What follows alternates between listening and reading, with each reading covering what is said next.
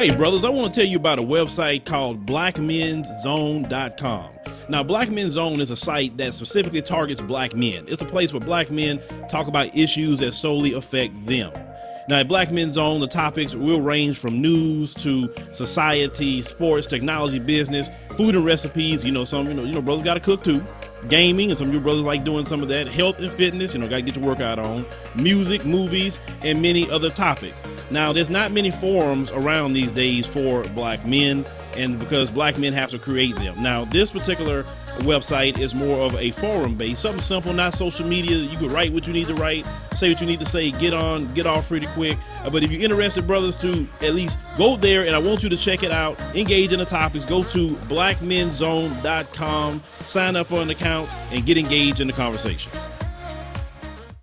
You have a story out of Louisiana where you had a little brother that was trying to run and catch the bus. That happens. I remember them days. You kind of wake up late and you running down the street trying to catch the bus because that's the only way you're going to get to school. And when the little young brother finally gets to the bus, the bus driver makes a comment about George Floyd to him, being an 11-year-old. Let's go ahead and roll that clip. Like, I get chills right now. It hurt me. It hurt me. Rose Gabriel's 11-year-old son, Rashad, is usually carefree and chatty when she meets him after his bus ride home from school. But one day earlier this month, Rashad was unusually quiet. Ma, the bus driver said something to me that was racist. The sixth grader told his mom that the bus driver scolded him after his face mask slipped below his nose. He told his mom he was out of breath after running to catch the bus. Gabriel recounted what the driver said. Since George Floyd, that's what y'all all say, but I don't see a knee on your neck. I'm like, are you sure she said that? He said, yeah, all the kids on the bus heard it. Not only did other kids hear the George Floyd comment, but it was recorded on the bus's onboard camera. I just started crying. I just started crying because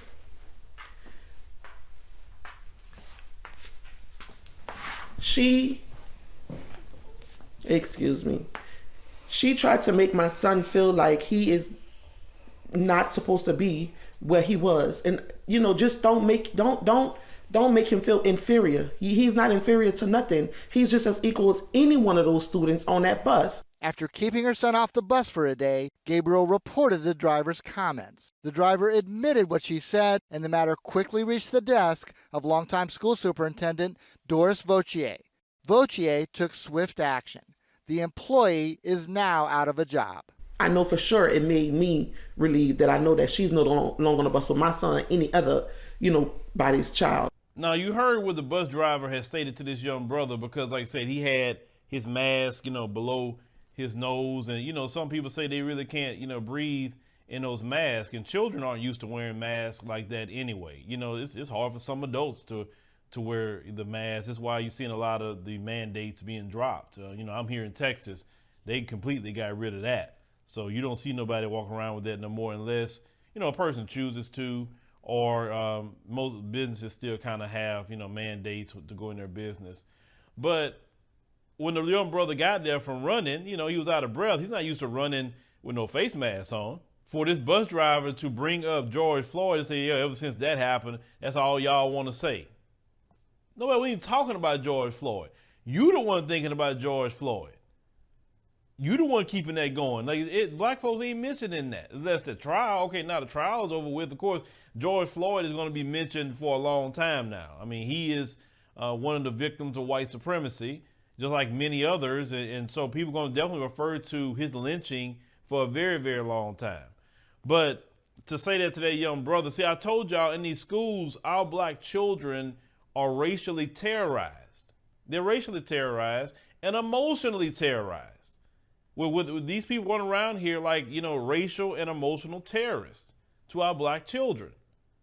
They do this constantly. And you wonder why, our children have issues and problems, especially black boys. They try to do anything they can to try to get them in trouble, have them in the school, the prison pipeline, put them in special education when nothing's wrong with them. This is why I'm a firm believer of, and I will keep saying this when I point out these stories. I'm a firm believer of either we create our own schools or we homeschool. That is the most safe place for our black children. Now, yes, the superintendent got rid of this individual, fine. But it's not just that one individual is the problem.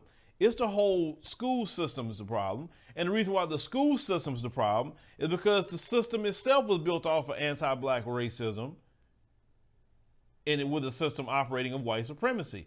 That's why the school is always going to be a problem. The police is going to be a problem. The banking system is going to be a problem. Everything that we have that operates in this country is always going to be a problem because it was all established with anti-black racism. Because when you have slavery and you viewing people as inhumane and you can do whatever you want and you deem yourself superior, I don't know why you even deem yourself superior. I don't get it. Because you didn't build anything on your own. Black people built it for you. How are you superior? But this is what, and I hate these stories like this, but I report them so black parents can understand, what's going on. I'm real passionate about that, how our black children are treated in these schools. And it's not right whatsoever. It's not right. But it takes us. See, this is why, COVID, wasn't a good thing in a lot of instances. But the only thing I did like about COVID, at least for a year, our black children got a break from being in a system of white supremacy terrorizing them daily. Now they're back in school, as they're getting back to in person all over the country. And now our children dealing with the white supremacist terrorism again. Now listen, she said her son normally is just a happy, kid. He come home like quiet.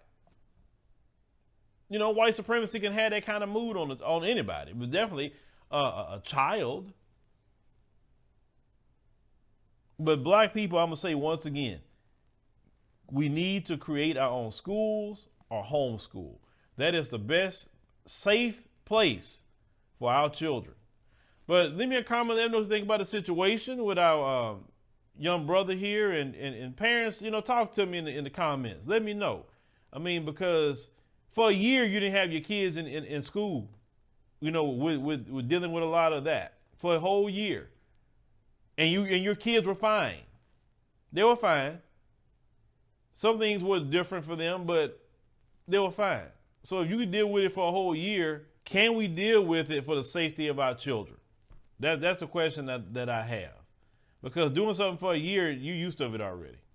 Thank you for watching, and make sure you subscribe to our YouTube channel and check out the African Diaspora News Channel app in the Google Play and Apple App Store.